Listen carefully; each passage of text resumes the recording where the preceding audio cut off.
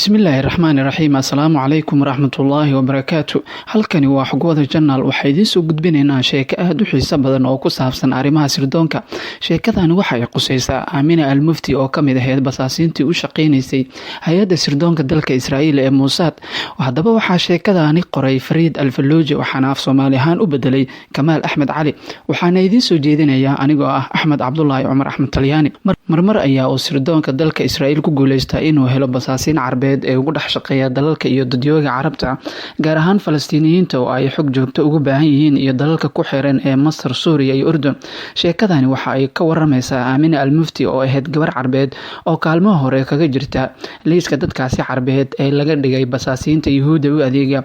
waa noloshii qoyskeeda iyo koritaankeedii caruurnimo, xiriirkii jaceyl ee cadaawada koowaad ugu beeray carabta, jidkii halowga ee aamina ku hogaamiyey basaasnimadeedii, guurka yuhuudiga iyo sida ay dhimashadiisii dariiqa xun ugu jeexday basaasnimadeeda. aamina waxa ay goorsatay wiil yahuudi ah, diinta yuhuudda ayayna qaadatay, magaceedana waxa ay u bedeshay ani moshi. waxa ay gashay basaasnimo ka dhanaa falastiiniyiinta oo ay u arkaysay inay tahay argoosi ay kaga argoosanayso wiil falastiini ah oo jaceyl caruurnimadeedii kaga baxay, iyo dalka suuriya oo soo riday diyaarad dagaal oo waday saygeedii yahuudiga ahaa. colaadaasi isbarkan ayaa keentay inay dagaal arxandaraa la gasho falastiiniyiinta. waxa ay sheekadani soo bandhigaysaa xirfadda iyo tayada sirdoonka falastiiniyiinta, fashilintii basaasnimada iyo xeeladii yaabka badneed ee loo maray, ciqaabtii iyo baaristii lagu gaaday basaasnimadeedii. aamina almufti waxa ay ka mid tahay basaasiintii ugu caansan ee ay muusaad ka shaqaaleysiisay carabta. magac fiican iyo soo dhaweyn kala kulantay yuhuudda oo u bogay daacadnimada ay ugu shaqaysay, iyo culayskii xogaha ay u xareysay oo badbaadiyay nafo badan oo yuhuudi ah, sababna u noqday in laga hortago howlgalla ay qaarkood hubaal ahayd inay dhaawac gaarsiin lahaayeen ammaanka israa'iil. waxa ayna ku mutaysatay maamuus gaarsiiyey in magaceeda lagu daro taalada haliyada muusaad lagu qoro. waa dhacdooyin run ah oo qaarkood u dhadhamayaan qaab aanan maskaxda u sawirin karin sida ay u dhici karaan arrimo noocaasi ah. sida uu qoraaga sheekadani aamina almufti fariid alfalooji ku tilmaamay, waa gabar qurux aanan dhaayaha ragga ka jeysan karin, loona dhameeyey oo ku darsatay cudooni joog iyo jiidba leh. waxaa usii dheeraa maskax badnaan iyo faham aad u heer sarreeya. tilmaamahaasi oo ay yar tahay cid ay isu raacdo ayaa iyada u suurtageliyey inay dhex gasho ururada hubeysan ee falastiiniyiinta ee xarumahooda ahaayeen dalka lubnaan, gaar ahaan beyruud iyo koonfurta dalka lubnaan. waxa ay gaadhay xafiiska hogaamiyihii falastiiniyiinta yaasir carafaad oo ay ka heshay soo dhaweyn albaabadiisu ay wada furan yihiin, iyo inuu siiyo dukumeenti rasmi ah oo ay ku dhex mari karto kuna dhexgeli karto falastiiniyiinta iyo hay-adaha kala duwan ee ururada falastiiniyiinta, iyada oo sheeganaysa dhakhtar tabaruc ugu yimid wax u qabashada walaalaha dhiban. sheekadani waxa ay si fiican inoo baraysaa qayb ka mid ah loolanka adag ee u dhexeeya falastiiniyiinta iyo israa'iil, oo laga yaabo in dad badan aanan xog sidaani usii dhaadhacsanayn ka haynin, marka laga reebo inay ogyihiin dad rayida oo dhulkoodii la qaatay, kuwaas oo doonaya inay dhagaxtuur kusoo ceshadaan xaqooda.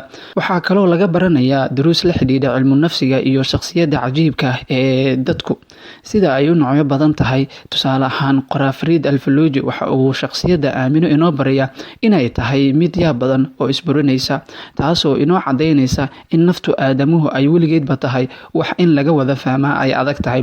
waana sababta uu ugu hungoobo qofka aan faham ka haysan shakhsiyadda dadka, iyo sida ay u adag tahay barashada noocyadeeda, ama in aadamuhu aanu inta badan lahayn qofnimo run ah oo loogu soo hagaago, balse ay tahay in wax kasta laga fasho.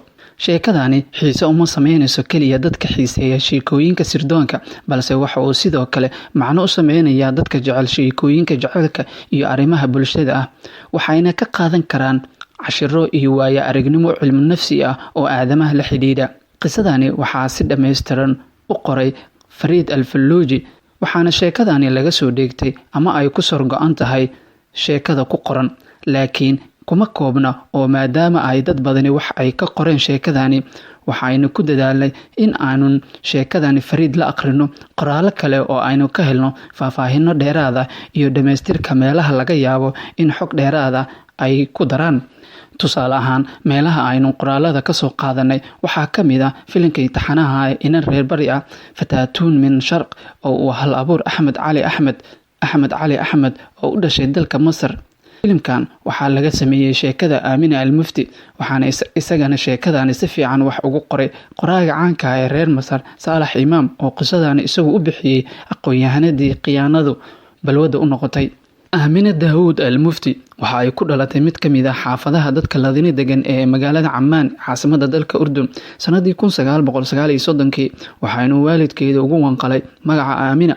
Aamina Daawud Maxamed Al-Mufti qoyskeedu waa muslim isirkiisuna ka soo jeedo qowmiyadda Sharkisku waa qowmiyadda inta la og yahay ee ugu horeysay ee ku dhaqneyd gobolka waqooyiga ee Qowqaas waxaase kala fadhiyay dagaaladii dhulbalaarsiga ee Imbaradoriyadii Ruushka ee 1721 ilaa 1917 ku qabsatay guud ahaan gobolkaasi. Dagaaladaasi iyo xiisaha colaadeed oo socday in ka badan 100 sano ayaa keenay in dad aad u badan oo qowmiyadaasi ka mid ah ay u haajiraan dhulkii ay ka talinaysay dowladda Cusmaaniyiinta ama deegaanadii nabdoonaa ee Ruushka. Sharkiska oo badankooda muslim sunni ah oo ku dhex milmay qowmiyadii ku hareereysnaa iyo kuwii ay dhulkooda ay u haajireen. Markii ay khilaafadii Cusmaaniyiinta burburtay, dalalka ka dhashay ee ay Sharkisku aad u degan yihiin waxaa ka mid ah Urdun, Turkiga, Ciraaq, Iiraan, Lubnaan, Suuriya, Falastiin, Sacuudiga iyo kuwo kale, iyadoo qolo kasta dalka ay ku dhaqan tahay ku dhex milantay luqad ahaan iyo jinsiyad ahaanba. Haddana waxaa jira dhaqan guud oo weli kasii dhaxeeya.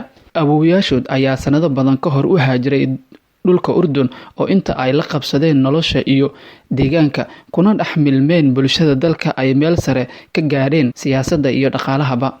Aabaheed waxa uu ahaa maalqabeen ka ganacsada dahabka, adeerkeed waxa uu ahaa jarnaal ka tirsan ciidamada boqortooyada Urdun, hooyadeed waxa ay ahayd marwo waxbaratay oo 4 af si fiican uga hadasha, xiriir aad u adagna la leh marwooyinka bulshada dabaqada sare ee dalka Urdun. Waxa ay ahayd gurdambeyska qoyska oo ka kooban 6 caruur ah oo ay ku jirto 2 hablood oo ka waaweyn, xaasli ayayna ahaayeen, 3 kalena wiilal ayay ahaayeen. Waxa ay ku garaadsatay kalkoolin ay labadeeda waalid la hareero taagan yihiin iyo kalgacal ku abuuray qab iyo inay isu aragto ruux dhigeeda ka sareeya. Codsigeedu waxa uu ahaa amar. Qasriga qoyskana waxa ay ka ahayd muraayad la daawado oo qosolkeeda iyo codkeedaba labada waalid ay ku raaxaystaan. Waxbarashada dugsiga sare ee Aamina waxa ay la kowsatay gabarnimo buuxda, barwaaqo ku kor, dhabankeedu labeen leeyahay oo qurux Rabbi u dhaliyay uu ugu daray garaad iyo fariidnimo ruux ay isdhaafsadaan qiraya. Laakiin dabeecad aan iyada oo kale laga filayn ayaa u sii dheereed. Inkastoo aynan gurigeeda dhanna u dhaafin, haddana waxa ay la kacantay nacayb xad dhaaf ah iyo kansantaag badan oo ay u hayso dhaqanka qoyskeeda ee dhowrsan. Waxa ay si joogta u yeesi jirtay dhaqanka Carabta oo ay u arkaysay inuu xidhxidhan yahay. Riyada kaliya ee ay leedahay iyo hadalhaynteeda ugu badani waxa ay ahayd jacayl iyo dhaqan furfuran. Aamina waxa ay haasaabo isku barteen wiil asalkiisu Falastiin yahay oo reer Urdun ah. Jacayl aan xuduud lahayn ay wiilkaasi u qaaday, laakiin waa ay ku hongowday.